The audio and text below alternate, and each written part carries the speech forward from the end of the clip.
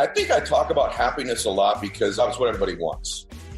We think we want the car, but really it's how the car will make us feel. We think that car will make us happy. We want the jet. We want the relationship because we want those emotions.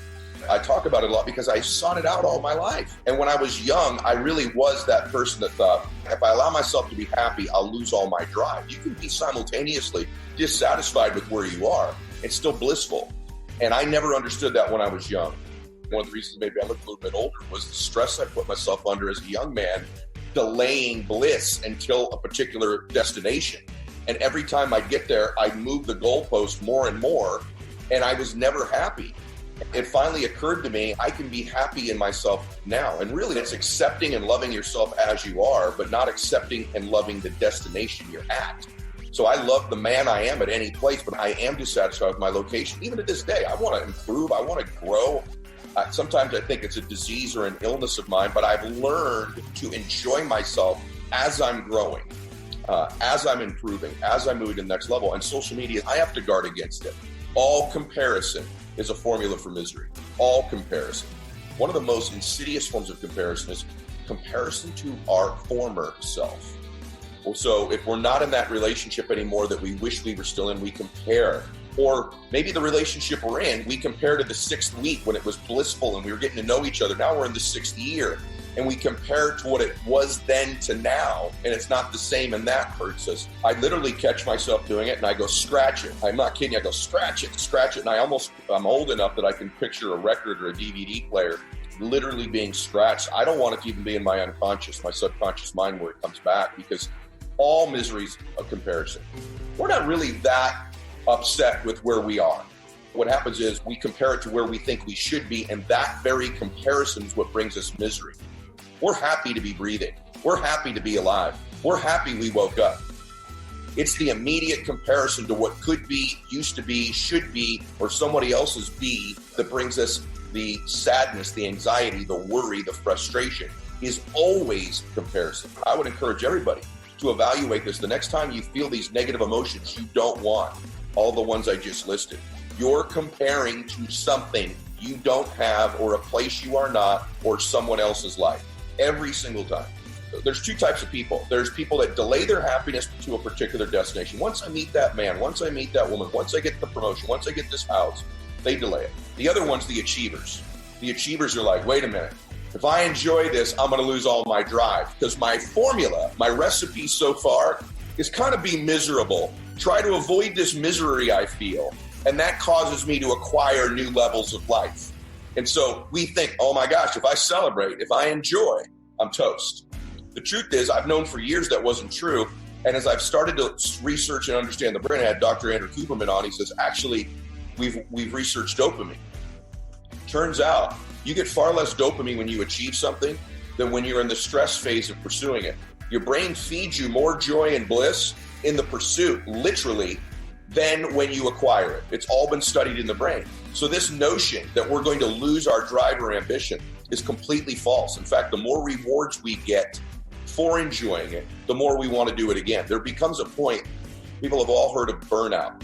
And what burnout is, and it's a very real thing, what burnout is it's somebody who's robbed themselves of the joy, the bliss, and the celebrations far too many times as they've achieved. And their brain has concluded, there's no dopamine in this achievement thing for me anymore. Therefore, I have no desire to do it again. So you better celebrate. You better enjoy. The truth is, it's the formula for greater achievement in the future, long term. For most people, the juice is growth. But most of the great growth in my life, where I've become a better man, a better businessman, a better father, better friend, better human, has been in the times when I lost, not in the times when I won. That's just a fact. I don't know why this hasn't become more part of our culture. All happy people have more self-aware. I lived completely unaware of who I was, unobserving of who I was for so many years, thinking I'd get around to it. The happiest people I know are very aware. They're self-deprecating. I've realized I'm a very average, ordinary person. I thought there wasn't a lot of happiness around me, so it must be in those beach houses. It must be on those jets. And by the way, those things, they do make you happy. People say, well, material things don't make you happy. That's just a lie. Any of you ever bought a beautiful suit? It makes you happy. For how long? I don't know. Does it fill us though? Which is a completely different emotion. No. Building my first big mansion dream house. And I met my wife when we were 5 years old. So it was a family project. And we walk in one day, and I'm having a bad day. I'm mad at everybody.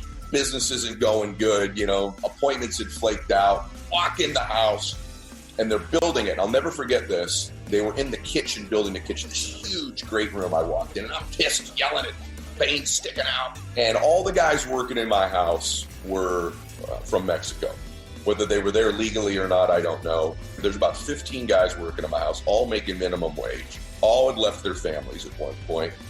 And they're playing mariachi music, they're laughing, they're dancing, they're joyous as they're working. And I stopped myself and I looked and I thought, if life is measured on happiness, these guys are killing me. They're building my mansion. My veins are sticking out of my neck. I'm miserable. They're making minimum wage. It's 100 degrees. They're working in my house, building my kitchen. And they're singing and dancing and loving each other and having a blast. Happy to be here. And I'm miserable, and this is my damn house. What the hell is wrong with me? And that was a real turning point for me where I went, what do they know I don't? And what they were doing is I was always projecting forward. It was always the future. I never lived now. They were living right now because they don't even know what their future is. What a great gift to live right now and be grateful for that moment, that work, that song, that buddy of theirs working next to them. And I started to just slow down my appreciation for the moment. And that's really changed my life. And I can't tell you that I still don't revert back because I do, but I do it much less because I am self-aware. I catch myself when I do it. People think I have to let go of a part of me. This is not true. I have to let go of a part of me in order for this other part to appear.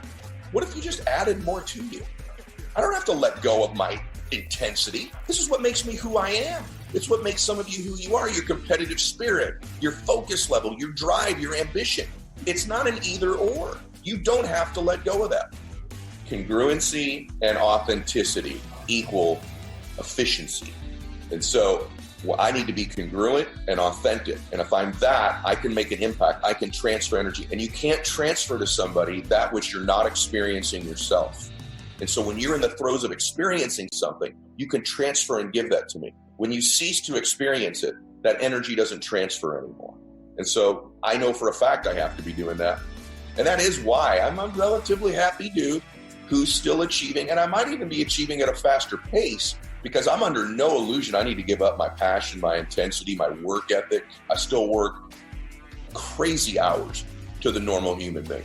I just somehow enjoy them more than I used to.